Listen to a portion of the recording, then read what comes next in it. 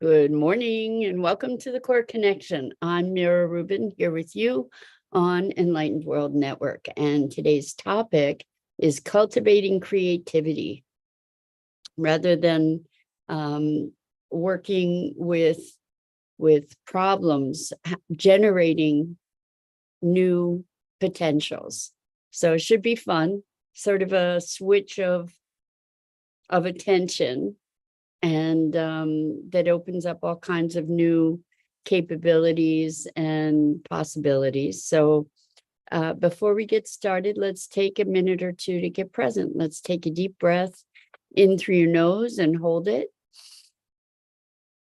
And imagine clean, crisp oxygen flooding your lungs, flowing into your bloodstream, nourishing all your cells, all your organs, bringing vital life energy to your body and being. And as you exhale, exhale any tension, stress, negativity, fatigue. And now let's take another deep breath in through your nose and hold it. This time, imagine brilliant, bright light, lighting you up from the inside out, illuminating, electrifying, and energizing all your cells, your molecules, your electrons, creating a brilliant beam of light and energy from your heart out into the world. And as you exhale, exhale any tension, stress, negativity, fatigue. And now let's take another deep breath in through your nose and hold it. This time, imagine brilliant, bright light, lighting you up from the inside out, illuminating, electrifying, and energizing all your cells, all your molecules, all your electrons, and creating this brilliant beam of light and energy from your heart out into the world. And as you exhale, exhale any remaining tension, stress, negativity, fatigue. And now let's press our palms together. Vigorously rub your hands together to feel the friction, the temperature, the pressure, the motion, the tickling and tingling when you stop. And allow all those sensations to bring you present right here, right now, into this remarkable physical form that enables you to experience life.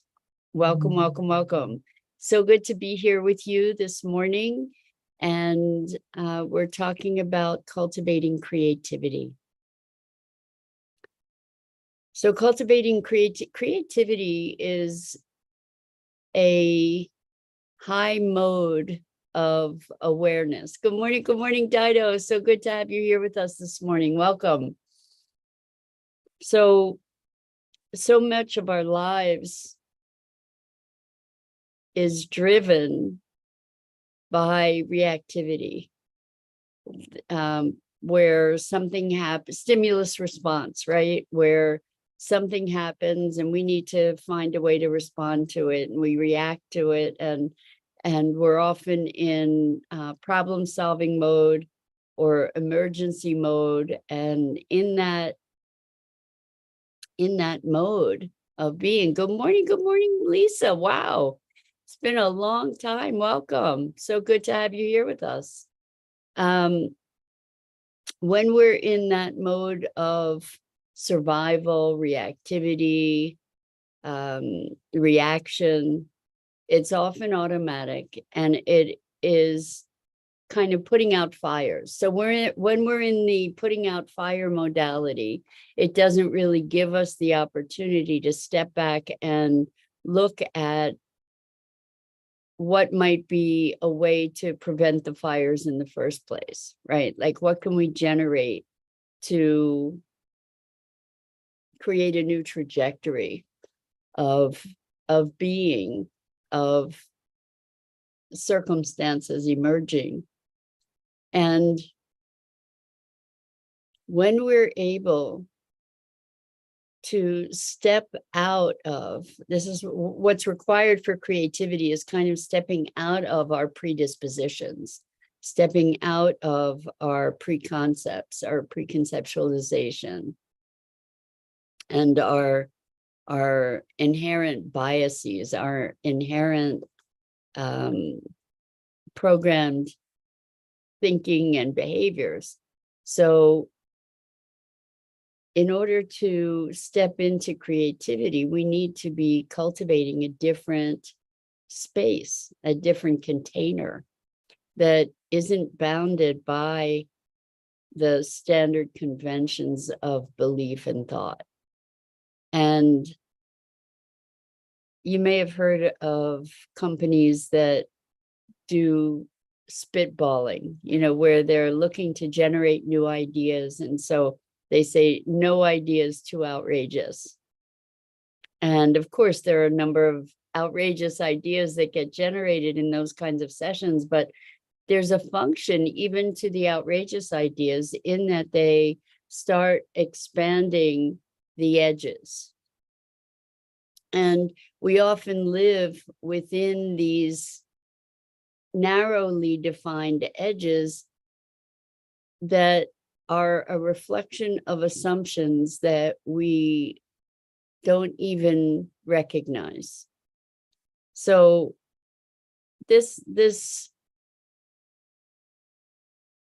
I think this conversation is being generated a little bit by a book that I'm reading and that I read a little bit of this morning called White Fragility, that's talking about how it's really hard to talk to white people about race because they get all kinds of defensive, because white people in general are kind of unconscious of the fact that they're white, that their whiteness is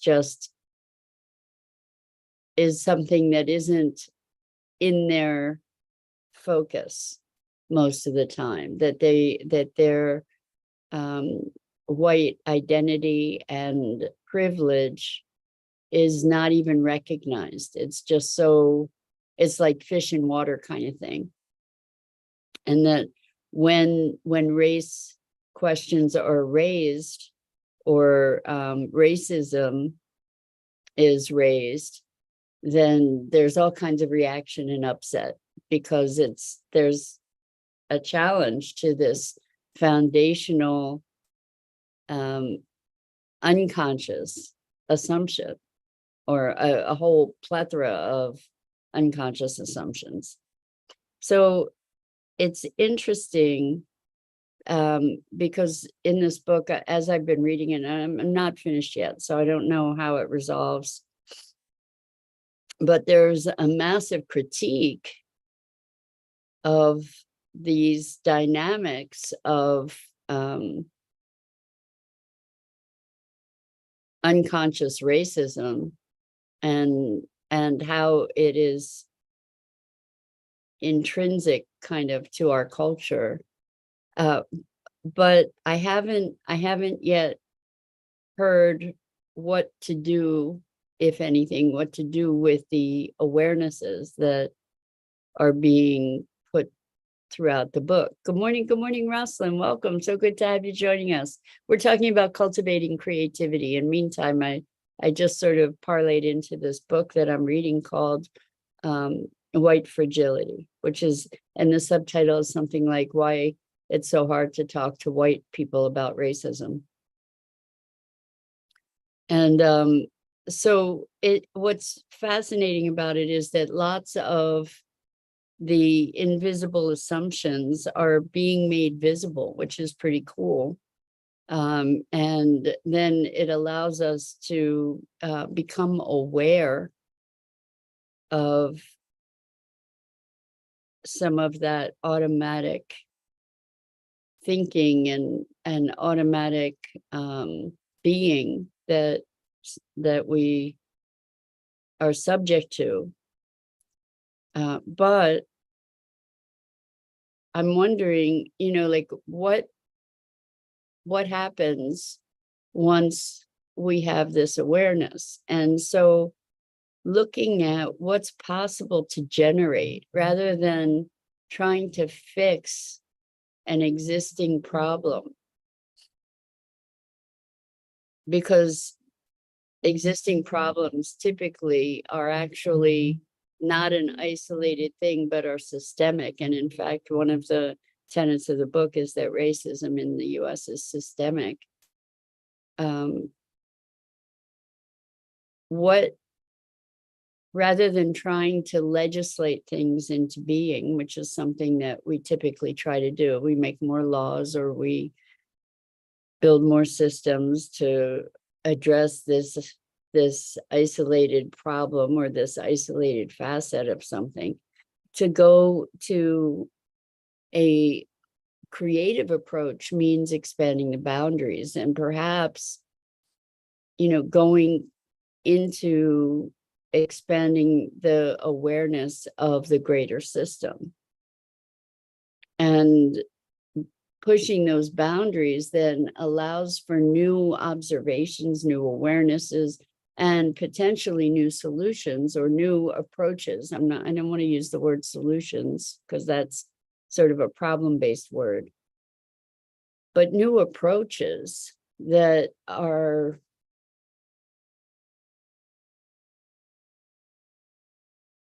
limited interpretations of certain circumstances don't even allow for. So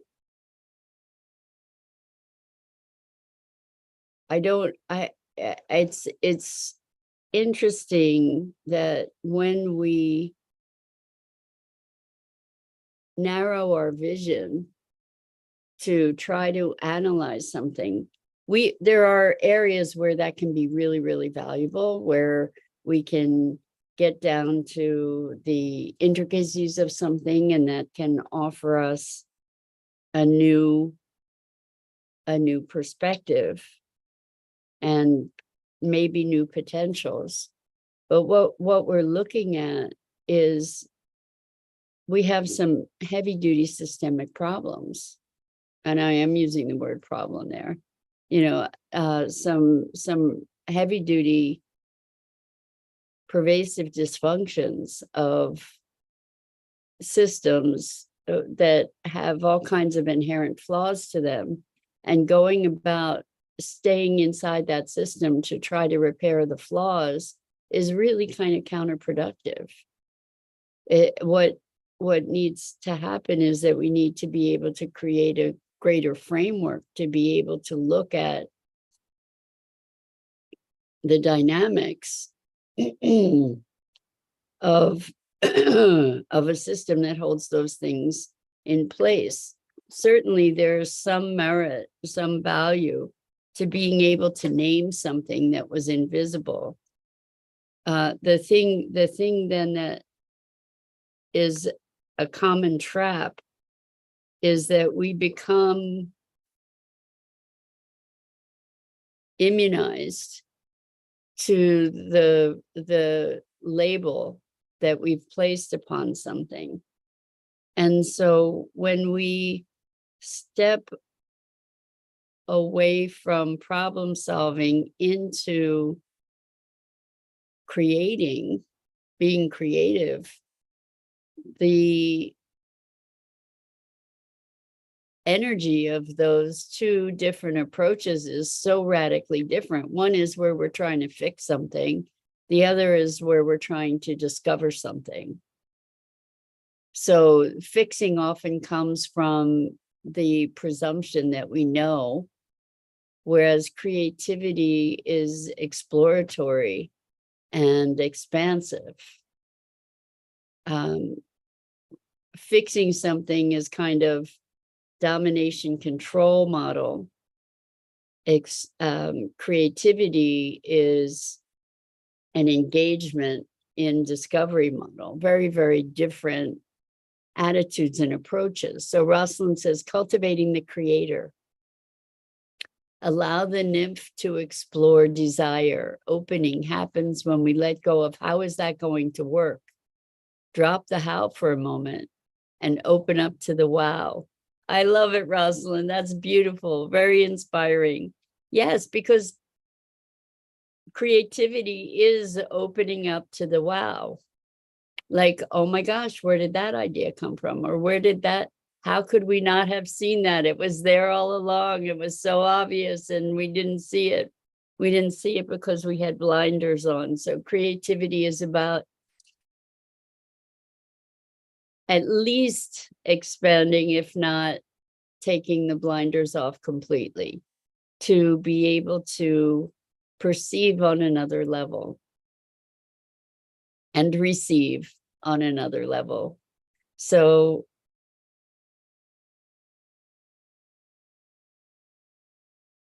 I don't know the exact quote. I'll just destroy it. But Einstein's quote of, you can't solve a problem from the level at which it emerged.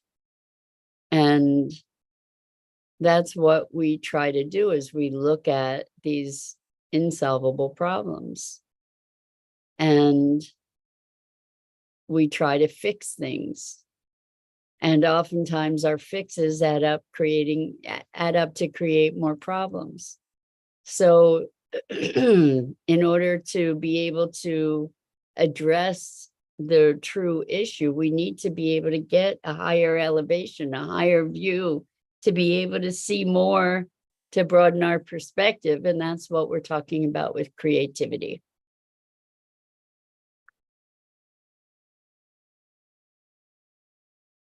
Our culture has been so much a function of mechanisms, efficiencies, productivity, all kinds of machine-like and manufacture-like terminologies. Those are the things that we've valued, right? If we can mechanize things, if we can make them more efficient, if we can make them more cost effective, if we can become more productive, like we're trying to optimize performance in machines. And with that attitude, with that context through which we see the world and see ourselves and our performance and our lives, the notion of creativity can easily get lost and has not been valued to the degree that I think we need to value it. We get to cultivate that as a way to generate truly new ideas or truly new approaches. And what does that look like? To be in the question rather than the answer.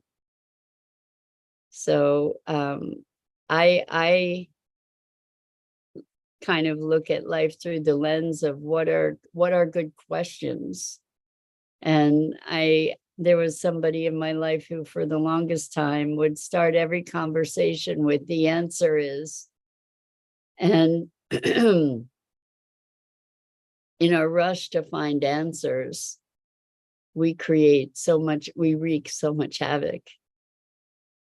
To be able to sit in the question, it's like I'm starting to understand more richly the value of Zen koans, right? Where you just sort of sit with the question, this irreconcilable seeming paradox, to sit with that polarity or contradiction until something else emerges, another perspective, a deeper insight that goes beyond the rational, reactive mind that just wants to control and dominate and fix and produce. And we have been enculturated to value those things: efficiency, productivity, accomplishment. What have you done lately? More, right? Always more. And so if we can find a space to stand or fly or hover or whatever, to be able to observe things in a greater fullness, in a space of curiosity and question, rather than answer or knowing, there's a wealth of new perception that can present itself to us. So Rosalind says, instead of repair mindset, seeing the relationships exactly, instead of fixing traffic by making more lanes, digging deeper, like letting the schools stagger their start times, and maybe even deeper than that. But for sure, Rosalind, you've got the idea exactly, is look at the relationships, look at the dynamics, look at what's driving those issues, rather than, like you said, rather than putting in more lanes, looking at the traffic flow, looking at what is, and maybe even looking at the whole commuter mentality, which we had an opportunity to look at through COVID when everybody was housebound. So looking at the bigger systems to say, well, where in this whole complex, this very vital, alive, dynamic complex, where is an acupuncture point that is going to transform all of it, that will have a trickle-down effect? We've talked about keystone species, where there's a wonderful film, How Wolves Change Rivers, I think it's called. But that's, the wolves are kind of an acupuncture point in, or keystone species in the transformation of an entire ecosystem, like the buffalo, for being able to help regenerate grasslands, which help sequester carbon and create all kinds of other shifts and changes as more water is able to be sequestered, changing the climate, actually changing the temperature and the water cycle. So we in our mechanization of things, looking at things as machines isolated from each other, we've learned a lot, but we've gotten to a point where we've learned a lot about the bits and pieces, but we have neglected the greater overall dynamic systems. And cultivating creativity is cultivating a greater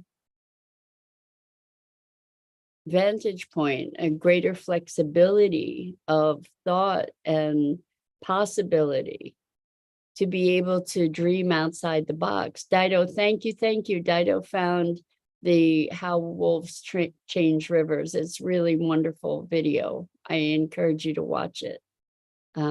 It's really inspiring. And so when you hear about people trying to kill off the wolves, maybe you can sign petitions and whatever to stop that from happening.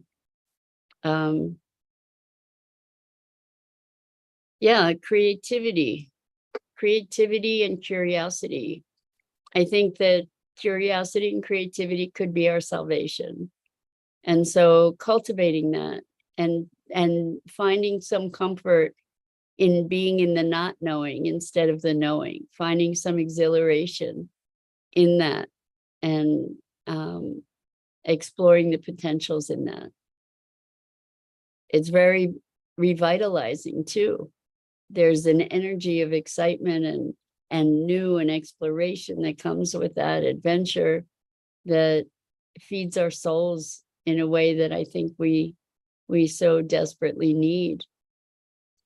A little bit of uncertainty, at least a little bit of uncertainty, is a healthy thing. At least that's what I say.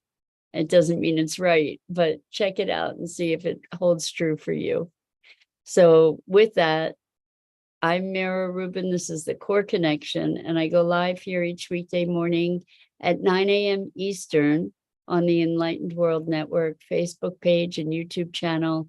And as always, it is such a gift to be able to have this opportunity to talk together and explore new ideas, new ways of being, old ideas, old ways of being, all of the above. And I'm so grateful to you for the opportunity. So until next